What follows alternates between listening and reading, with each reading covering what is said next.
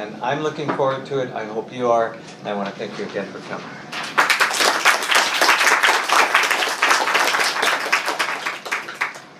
Thank you so much, Mark, for that kind introduction. Thank you, John, for helping to, this was John's idea, and everyone, all my hosts. I'm not going to repeat your names or your institutional names because I'll get them wrong and somebody will be offended. So please, all my hosts, thank you very much. And thank you, Mark, for that kind introduction. Let's turn the, is it recording? Mm-hmm. Great. So here you have my childhood in a nutshell. My parents were American missionaries, but they wanted to serve in an underserved area. They didn't want to serve in a big city. So I was born in Kyoto, but I was raised in Yamaguchi-ken and Ehime-ken. And for those of you who don't speak Japanese, I'm afraid today you're going to be at a slight disadvantage, but I'll try not to discriminate too much. But there will be a little bit of Japanese here and there in my talk today. My parents made a very unusual decision. There were no international schools in the provinces where I was raised. So they sent us to Japanese public school, which was a very bold decision. Their friends, Christian friends back home, were horrified that we might become Buddhists, or et cetera, et cetera. So my three sisters and I went to Japanese public schools during the day. We were homeschooled in the morning. 5 a.m. was English, and then Japanese school. And then when we came home at night, there was a piggy bank in case we spoke one word of Japanese at the dinner table. And trust me, that piggy bank got full. They were very strict about it. I think my parents were very concerned that we would just speak Japanese and be kind of disabled in English, and they wanted us. My mom was the original Tiger Mom, 25 new English words a day. Yeah, that was vocabulary, spelling, meaning, and practice sentence for 25 words a day. When I got to Yale, I had a much better vocabulary than all of my American friends because mom was like a Japanese teacher, relentless, but I'm grateful to her, and I owe my career to her and her persistence because, as many of you know, Japanese and English are both number one in the most complex, challenging languages in the world. And they also have 500,000 words each. By comparison, say French or Spanish has around 80,000. So in French or Spanish, and I'm not denigrating the languages, right? I'm just stating the facts. If you think you know a word in Spanish or French, you usually do. In English or Japanese, you should look it up again in the thesaurus because there's probably a better one that's an even better fit. So, translating English and Japanese is only for the bold and the persistent and the hardworking. I always say that when I meet people who are interested in translating because it's the Mount Everest of translating. I say that because all my life I've been speaking Japanese, right? Almost every day I encounter a new Japanese word that I never saw before. You've got to make your way through 500,000 words. And every day there's a new, what? What is this? What? But I can give you a word of encouragement that kanji is actually really logically structured. There's a profound underlying logic. So as you learn more, it becomes easier and easier to guess what the meaning is. You don't have to stare at each new one like a hieroglyphic you've never seen before. So I encourage you to keep working at it. But what the result of that childhood is that I, except for the words that I don't understand periodically, I am fully confident that I understand Japanese and I understand what people are conveying when they speak Japanese. And I developed kind of a parallel brain where I can hear it in Japanese or read it and experience it in English. And so for me, subtitling or interpreting, whenever it's a spoken word, it's like breathing for me. I can breathe in Japanese and breathe out English, unless it's like a philosophy text, which I don't translate. If it's sort of everyday fairly standard vocabulary conversation, it really does come quite naturally to me. So what the result of that is that I translate my experience. This is, I see, and I experience, let's go for the next one. I experience the scene in Japanese and I rewrite it in English. So I'm really, I might get in trouble here, but I'm really less interested in the words. I'm interested in conveying the fundamental meaning, especially in the case of if we'll get to subtitles in a minute, but if in the case of subtitle, like what is the character's impulse that precedes the speech? What's the most important thing they're trying to convey? That's what I'm trying to convey in my subtitle, because whether it's an artist's essay or a film, I'm trying to invite you into the Japanese experience and to give you the confidence to feel, oh, I understand this. It's not some exotic Japanese thing that, oh, that's Oriental. I don't understand that. No. I know from my own experience that you can understand it, and it's my job to help you and to invite you rather than complicate things and set up barriers. So let's start with, so I'll get to the subtitles shortly, but let's start with an artist essay. You can go to the next slide. Yeah. So in the course of my life, I had the great pleasure of meeting an amazing Japanese photographer named Ishiuchi Miyako, who is really one of the great photographers of Japan. And I ended up making a film about her. And so this is actually an image that she calls the Comme des Garçons. It's the film is about the photographs that she took of the things left behind by the people who perished in Hiroshima. She went into the Peace Memorial Archive and brought out clothing that had been donated by their survivors and brought them out into the light to resurrect them into beauty. And I met her almost 20 years ago now, and she trusts me so much. Ever since then, I've been translating her artist essays that she writes for her many publications. You may have some in your library here. So let's look at the first line in Japanese. And this was there's a very unusual situation where the publisher was not aware that Ishiuchi had her preferred translator. So they went ahead and hired someone else. And then Ishiuchi asked me to check the translation, and I said, I need to completely retranslate this. And we'll find out why in a minute. So would someone like to volunteer, hopefully not a teacher, to read this? A student of Japanese? Would anyone like to volunteer? Sure. 写真とこんなに長きにわたり関係するとは夢にも思っていなかった。 Great.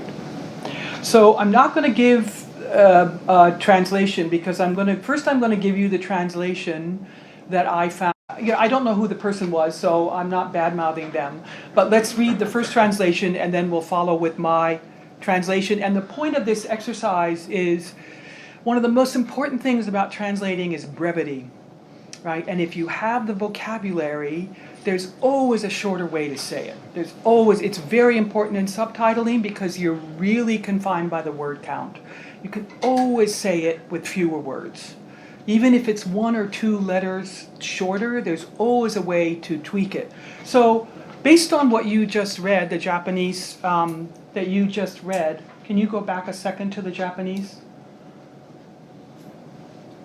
写真とこんなに長きにわたり関係するとは夢にも思っていなかった。Okay, let's go to the next one.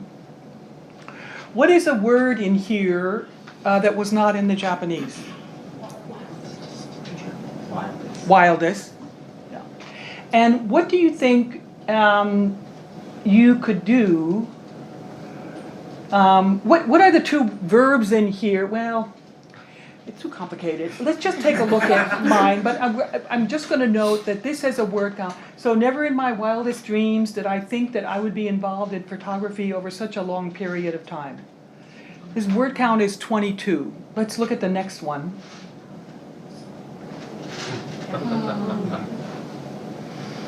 So you see the difference that it can make when you really are trying to tighten and actually I would say adhere to what was in the original, right? こんなに長き写真と関係するとは夢に思っていなかった. So here I use the word dream as the verb, right? So you don't have to have the verb think. And in the original it said over such a long period of time. Well, for so long does the same job, right? So I just use this as a rare example where, and then the word count comes down to 12, almost half. So if you have exercises, translating exercises, or even writing exercises, how can you be more succinct?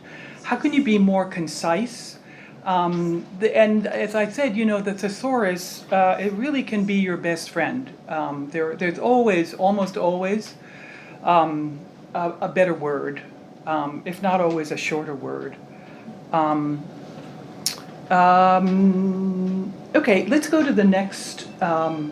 So for kabuki, I had the rare privilege of meeting Nakamura Kanzaburo, who was an extraordinary kabuki actor who unfortunately died very young. He was, I think, 17th or 16th or 17th generation in the kabuki lineage, and he had the confidence. He'd been performing since he was 2, and he had the confidence to say, I want to take kabuki and make it relevant to young people today. So he deliberately hired a director. Usually there are no directors in kabuki performance. He hired a Brechtian director and to reinterpret the classic kabuki. And he came twice to Lincoln Center in New York. And I met him on a film, because I subtitled a film that he played a cameo in. And I met him at the after party. And he was like, you know what, you're really funny. Why don't you help me? And so there was a press conference at Lincoln Center to announce, like, this summer there's going to be this big. So most of you, there's no need to know him, but there's an actor in New York on Broadway called Nathan Lane, who's quite famous for being funny. And then it was the press conference was Nathan, and then Kanzaburo, and then me translating. And, when I translated Kanzaburo, brief, right to the point, and also to get the laughs, right? We got more laughs than Nathan Lane did in English. So he said, okay, Linda, you're going to translate every line of kabuki. Now, if you know kabuki, generally, there's a summary that's prepared for international audiences. This was the first time we were translating I was translating every line of kabuki, and there was going to be an earphone, and an American actor would read it. And so it was, let's just say the learning curve was very steep. I know nothing about kabuki, so I spent hours on the phone with a kabuki expert who explained the lines to me. And then that was an enormous success. So when he came back, he said, he came and met me at the elevator of his hotel, and he bowed to me, and I was like, God. And he said, Linda-san, tasukete kudasai. And I said, okay. And he said, I want to speak my soliloquy in English. And it was for Hokkaibo, which is the worst Buddhist monk in the history of the universe. Like every sin, every horrible thing that a monk could possibly do, Hokkaibo has done it. And he wanted me to help him express this in English. He does not speak a word of English. And so let's see, let's put up just to give you the sense, this was one of the earlier, but here you see him. And I don't have video for this, but let's put up the Japanese language original that he said. So can someone read this, please, and give a rough translation? Volunteer. If Japanese people are finding it funny, somebody's being able to read it. You want to volunteer again? そこの安い席の客、次はもっと高い席のチケットを買えよ。Okay, so what's your rough translation? Oh, so you guys who got a cheap the seat, so you better buy a ticket. How should I put it? More expensive one. So let's put up what I translated.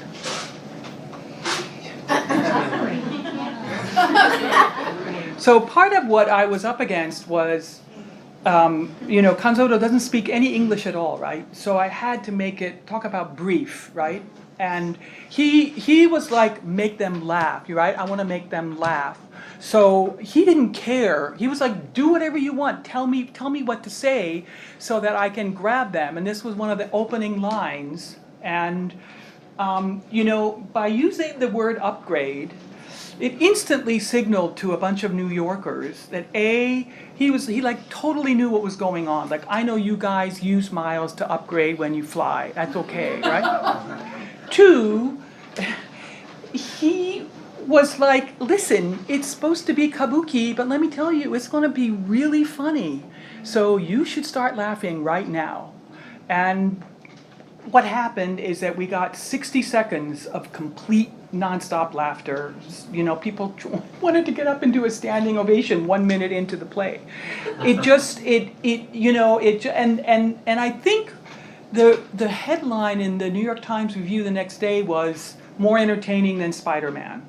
And that's what he wanted, was to grab the audience. So this is a case where, so tone, so brevity, we talked about brevity. Tone is the next most important thing in in translating, right? What you're trying to capture is the tone of the original, right? The tone was, そこの安い、もっと高いチケット買えよ, right? Very abusive, really, when you think about it from a Japanese point of view. It's hardly polite. You up there in the cheap seats, next time upgrade. And it was like, you up there in the cheap seats, next time upgrade. And, everybody knew that he was saying spend more money next time. But it's also a nicer way to say it, right? Upgrade, which means, next time you're going to shell out $200. But so tone is incredibly important to capture and convey.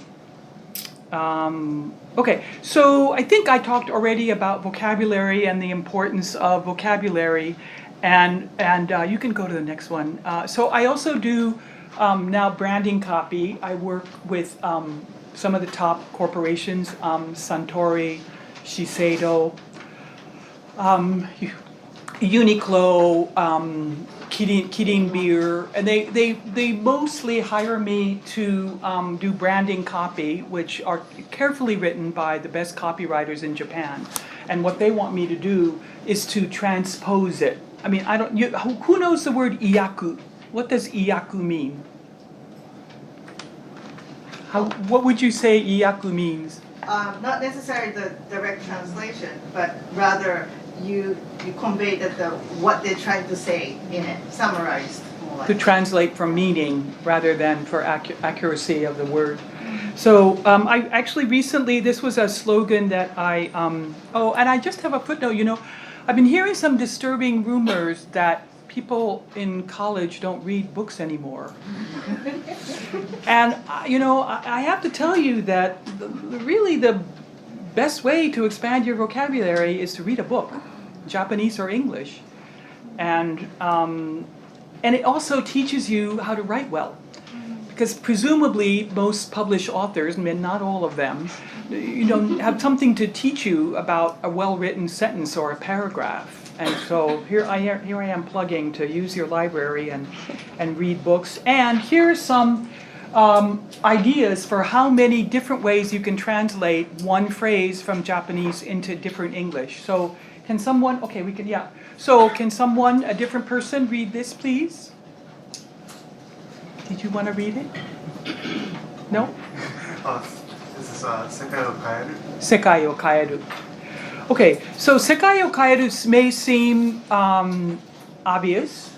Perhaps you can go for the next slide. The most obvious simple is change, right? Kaeru is change.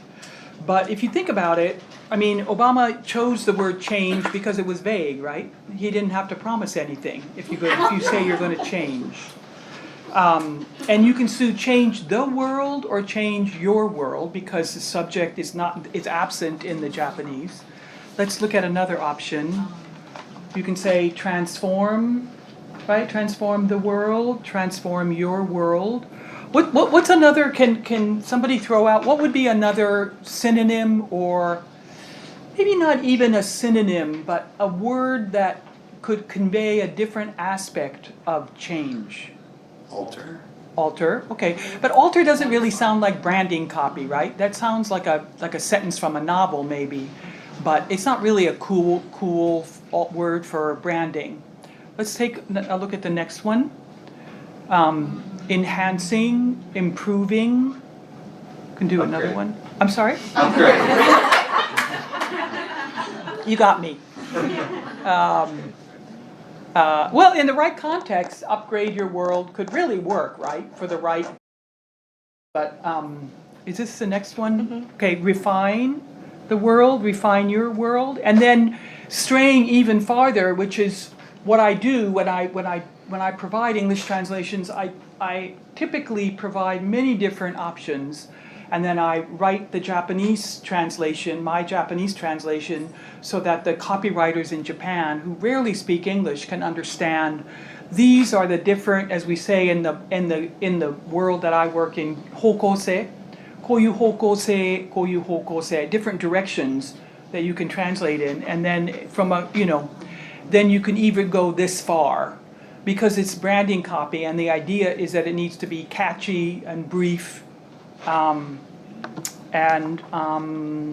there's that, and I think we can move on to subtitles. What I would say about subtitles is that before I started subtitling when I was much younger, I found it extremely exhausting to watch a Japanese film, because the subtitles that were on the film, I was like, no, that's not what they're saying. That's not at all what they're saying. So I would type out my rewritten version on my knees while watching the movie, reading the subtitles, listening to the Japanese, came out totally wiped out. It was like, that's not what they're saying. And the reason I was asked to re-subtitle, I think it was 10 Kurosawa films, was because the American distributor agreed. They weren't great subtitles. They were written by, people who didn't really understand how to convey what Kurosawa and his fellow writers were saying in Japanese. And so I had the great privilege of re-subtitling Seven Samurai and other wonderful films. But my first opportunity came when I met Koreeda Hirokazu, who is now a very, very established director. And he asked me to subtitle when I started interpreting for him at film festivals. And this then led me, I was interpreting for him at film festivals and subtitling his films. And then somehow this led an NHK correspondent in New York to be interested in my work with Koreeda-san, and he said, can I do a feature news story about you? And I said, okay, you can promote me on NHK, no problem. And then somebody at Studio Ghibli saw that news feature and called me up and said, could you please interpret for Miyazaki-san at the Toronto Film Festival, because apparently he had just premiered Princess Mononoke at the Berlin Film Festival and had a terrible experience with a not very gifted interpreter. And he was furious, and so he said, I want a good translator. And we bonded. I mean, it helped that the film was being distributed by someone who's now in jail, who shall remain nameless, but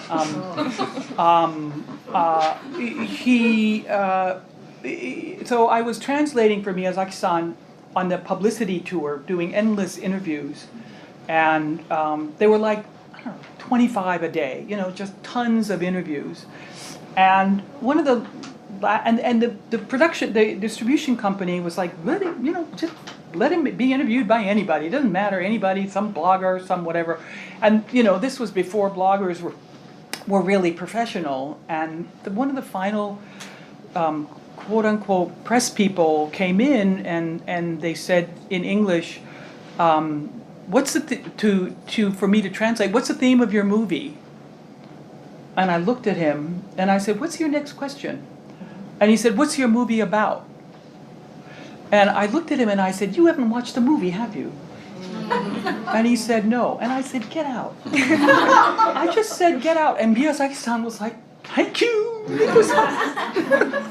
Now I can go smoke a cigarette, which is not a great punchline. I know it's not very healthy, but he became my friend then, and then started asking me to, why should he answer questions from someone who's never seen the movie? I mean, it's ridiculous. And so I kind of became his bodyguard, and I went on to then subtitle 5 of his films, and and so. Anyway, he is as absolutely wonderful in person as you might hope for him to be. And I can also honestly tell you that he agonizes over every frame of his movies. And he would come down in the morning and I would say, "How did you sleep?" And he said, "No, I can't figure out how to end Princess Mononoke." So he's the real deal. So let's take a look. So I made a film called ANPO. And to Ardex War, and to just set up so you can understand the little scene that I'm going to show without subtitles first. ANPO is the acronym for the U.S.-Japan Security Treaty that Japan signed with the United States in 1952. Don't quote me on that, but and then it was up for renewal in 1960, and many Japanese people. The treaty allows the U.S. to have bases in Japan. That's the treaty. At the time, there were 250. There's still 100 today, and many Japanese people did not want the bases in Japan because they thought that the U.S. bases in Japan would make them a target. And so I made a film about the demonstrations that rocked Japan in the 1960s, but I told it through the artwork that the demonstrations were so intense and so huge that they really rocked the nation, and artists were drawn to this, and they made many works of art about it. And let's see, the next slide. So this is not a film about ANPO. This is a very funny film, and I used a clip of it in my documentary film to show. Oh, I don't know. Let's watch it without subtitles. ちゃんとありますよ。お前のことで来るって言うから贅沢に見えちゃいけないなんて隠してるじゃん。だからまくなったな。おい、周到だよ。またやってるな。あれ、都市公園ってな、原爆とかから撮ってんだよ。こんな街の中だっていいのかな。まあ、無理なこと言われたからな。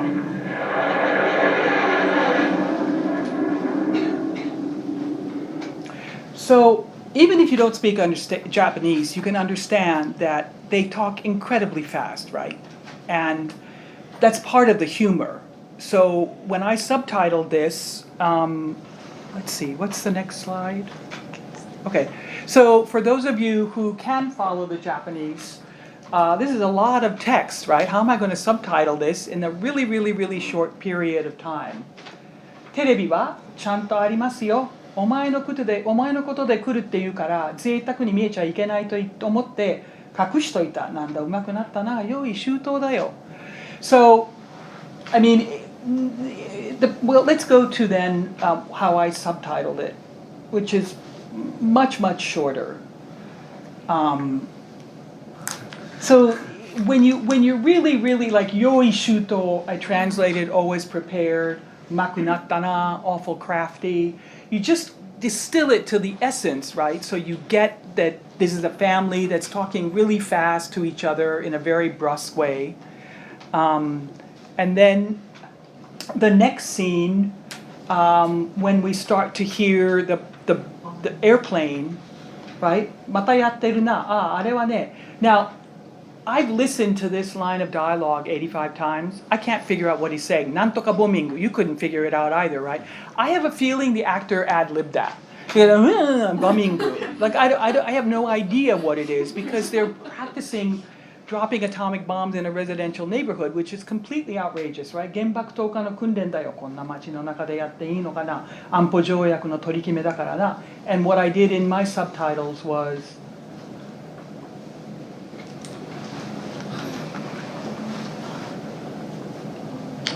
so this is one expression of the cynicism with which Japanese, at least directors, were treating the security treaty.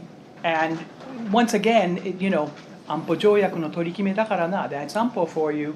So just trying to get at the essence of what they're trying to convey. So the next, are there any questions? Sorry, it's going a little too fast. What's the name of the film? しとやかなケダモノ, Elegant Beast. Kawashima Yuzo, amazing director. If you can get your hands on it, it might be available, on some channel, but it's a very, very cynical movie about this young man who's trying to become a star, and so ANPO has nothing to do with it, but when I saw it, I thought, why is ANPO coming up in here? And then I decided to use it in my documentary film because to show the variety of artists who made ANPO and their opposition to it a theme. So next. Next is the film with. Oh, okay, yeah. For the benefit, let's watch it with subtitles. テレビはちゃんとありますよ。お前のことで来るって言うから贅沢に見えちゃいけないなんて隠しといた。なんだけまくなったな。遠い周到だよ。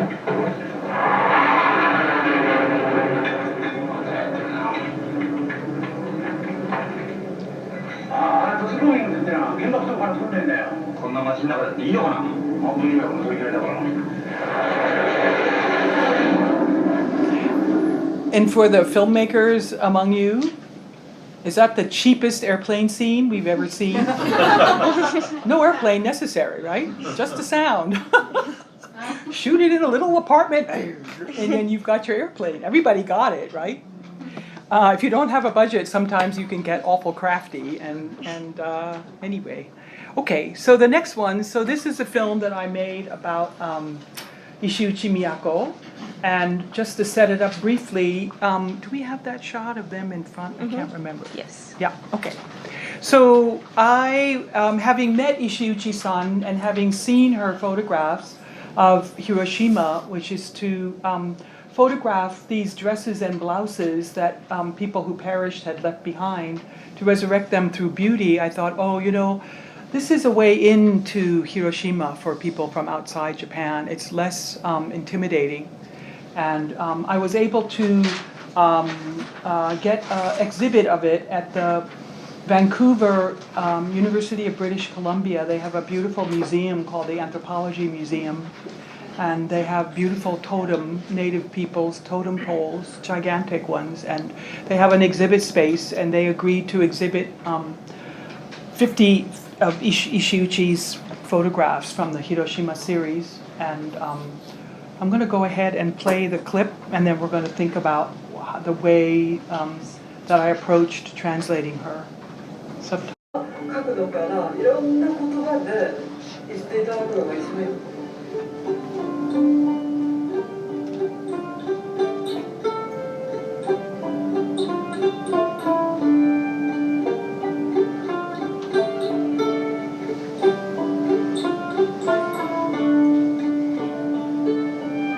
私の写真だけど、どっか私が離れていってほしい。それ歩きしてほしい。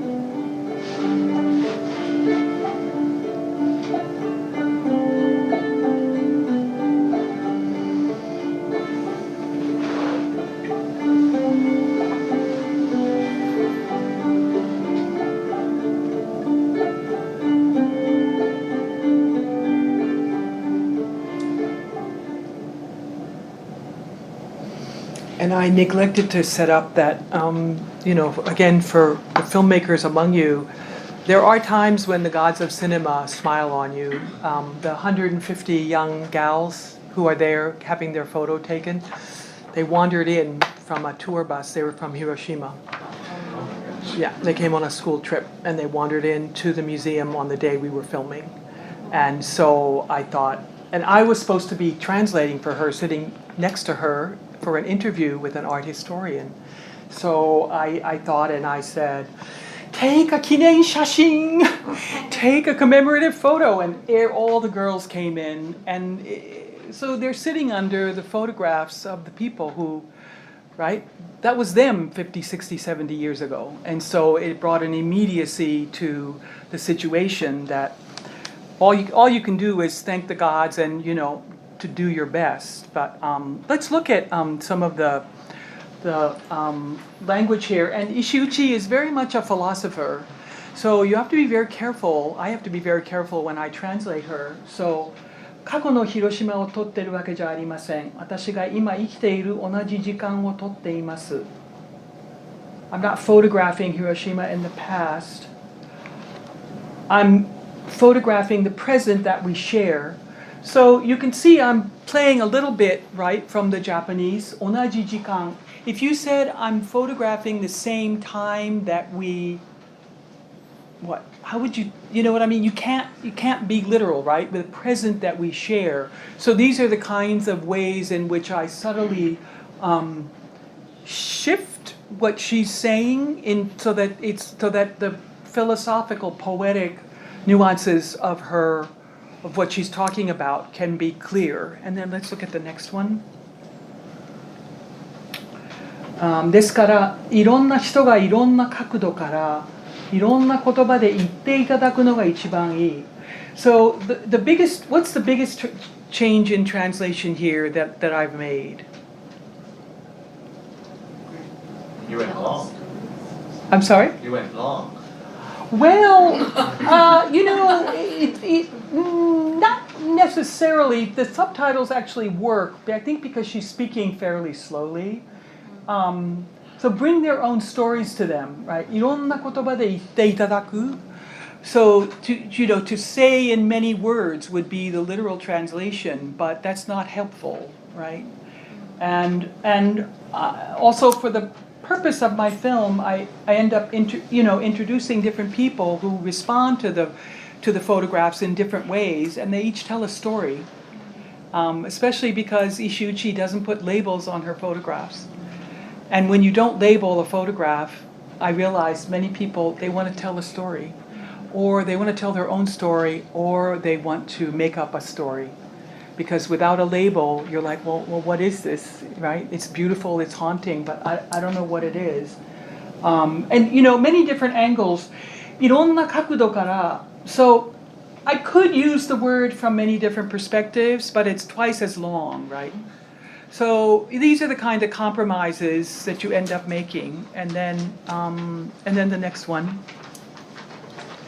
私の写真だけどどっか私から離れていってほしい. And then we have 一人歩きしてほしい, right?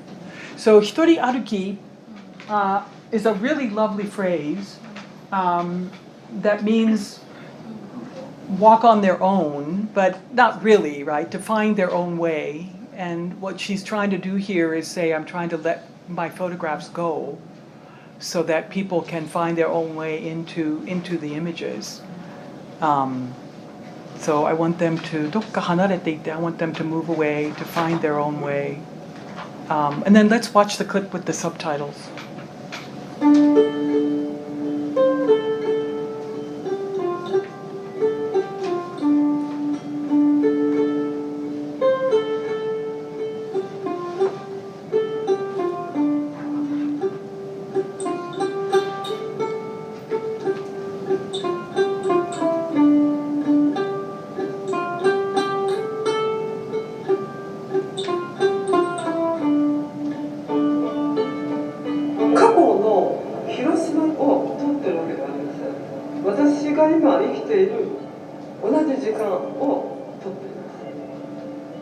ですからいろんな人がいろんな角度からいろんな言葉で言っていただくのが一番いい。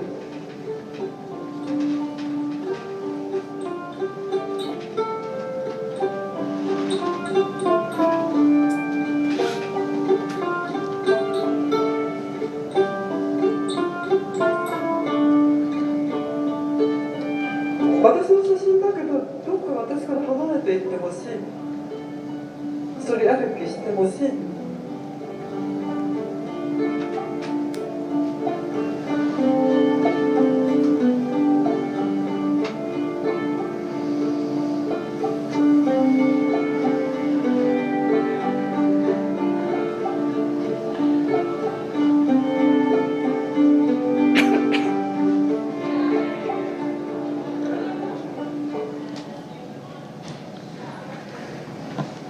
Someday I'd love for University of Hawaii to screen this film.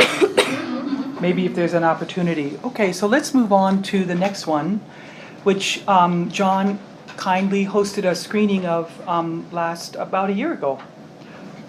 It's called Edo Avant Garde. And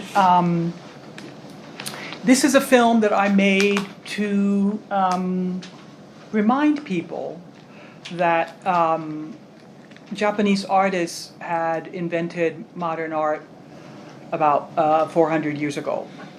And I mean, that's putting a little bit of a spin on it, but the French understood this, and when they saw Japanese art in the late 1800s, they created a term called Japonisme, and that referred to how impressed they were with specifically the woodblock prints, but also other Japanese art, and inspired Impressionism and other French art forms.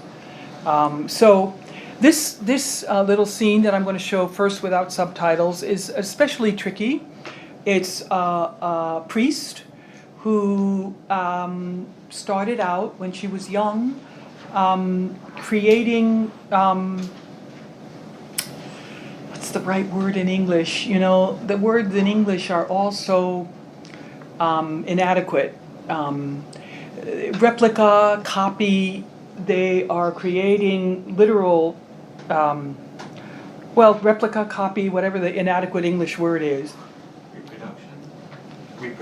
Reproductions of the great works of art, and the federal government funds creating reproductions in case the original is lost to fire or eaten by worms or whatever might happen to them. And so she started out creating reproductions of Buddhist paintings. And you know, you don't get to paint reproductions of Buddhist painting national treasures unless you're an incredibly good artist. Right? You have to be really, really good. But then she decided she was so moved by the Buddhism that she found in the paintings that she wanted to get closer to Buddha. So she became a priest, and she's been up at Hieizan, the great Buddhist temple in Kyoto, for the last 50 years, serving Buddha. So let's take a look at the scene without subtitles. 不思議なお顔の神様が2人いらっしゃいますけれども、風の神、雷の神、本当にこういう方だっていうのがこう迫ってまいりますね。お僧たちさんがきっと本当にご覧になったんじゃないかなというようなお会いになって、雷が鳴ってるよ、雷さんここいらっしゃいっていうような。ですから技法とかその人の心とか自然とかも全部一緒なんだなという感じがすごく伝わるんですよね。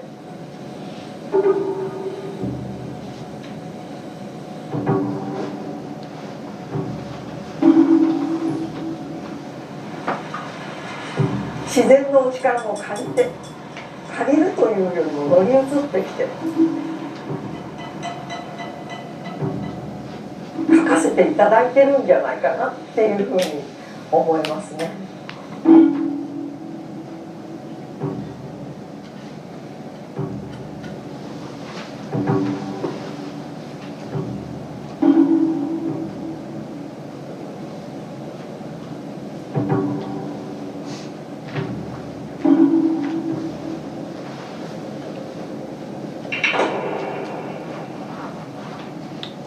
So as those of you who speak Japanese will understand, there's some very tricky things that she's saying there, right? How do we say this in English? So let's break these down. 不思議なお顔の神様がいらっしゃいますけど、風の神、雷の神、本当にこういう方だっていうのがこう迫ってまいりますね。So, 迫ってまいりますね。I chose to, they barrel down at you. And you know, 不思議なお顔, how do you translate? So 不思議, you know, 不思議 and sticky are words that Japanese people use a lot. And I'll give you a hint about English and Japanese that can be very tricky. In Japanese, it's really generally okay to use the same word more than once in a paragraph. Right? You can use steki or fushigi or yuki, right? Snow. You can use the word snow over and over. It doesn't matter. In English, you're not really supposed to do that. You're supposed to use a different word, and sometimes writers bend over backwards to come up with some other way to say this word. But anyway, that's just a sort of a, one of those things that if you want to make the Japanese writers sound as intelligent as they are, you often should try to find a synonym if they use the word more than once, certainly in a paragraph, certainly in a sentence. Fushigi is one of those nebulous Japanese words that I chose, to use. Mischievous, because they do look mischievous. You could, strange, right? Mysterious. No, they're up to no good, right? They're mischievous. So those are some of the options. So let's take a look at the next one. Now, Sotatsu-sanがきっと本当にご覧になったんじゃないかなというようなお会いになって、雷鳴ってるよ、雷さん。So when she told me this over the phone, I nearly fell out of my chair, okay?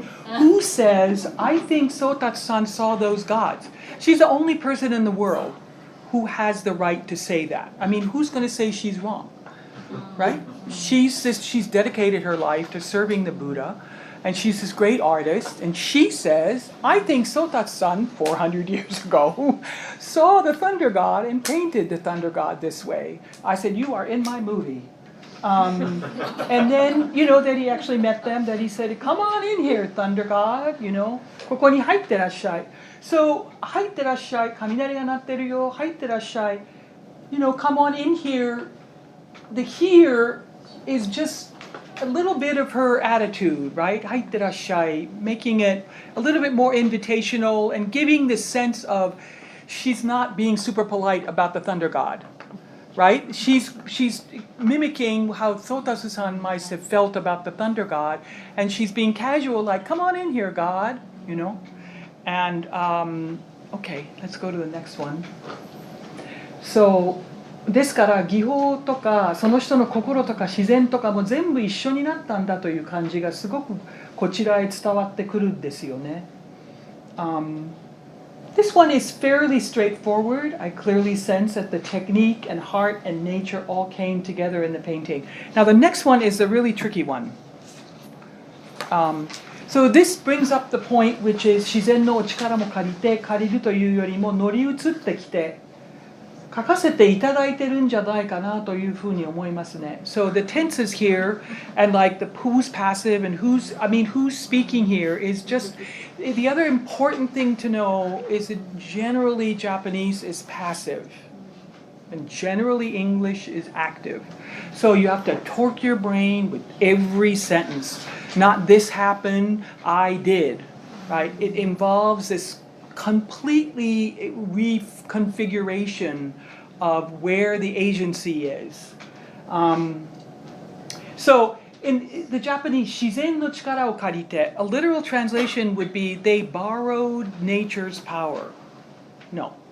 The artists embraced the power of nature. I mean, you know what I mean? You can't say they borrowed nature's power. It works perfectly well in the Japanese. And then she says, 借りるというよりも乗り移ってきて. No, they didn't borrow it. It took them over. No. What does that mean, right? So, not so much embraced it as channeled it. So, you're giving the agency to the artist, right, who's channeling 乗り移ってきて. It's the flip side of it logically, but I think it works. And then, 書かせていただいてるんじゃないかっていうふうに思い, right? 書かせていただい, with the permission of the gods they are painting. No, that doesn't work. So they surrendered themselves to nature in order to portray it. So this is a case of a real conundrum, right? How do you convey the power of what she's saying without getting caught in this trap of passive Japanese and their relationship to nature, which is that it's more powerful than they are. We don't have that understanding in the West. So you're really, you're up against, you're trying to solve all these many different sort of linguistic issues at the same time, and then let's watch it with the subtitles. 不思議なお顔の神様が2人いらっしゃいますけれども、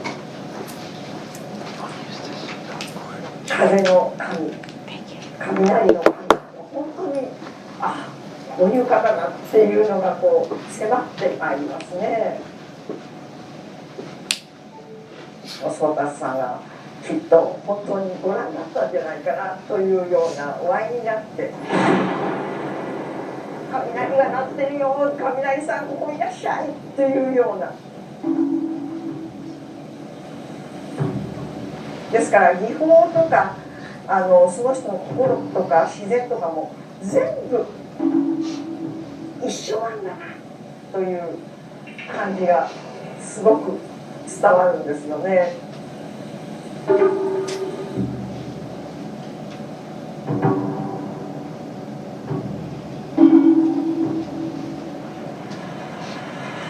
自然の力も借りるというよりも乗り移ってきて書かせていただいてるんじゃないかなっていうふうに思いますね。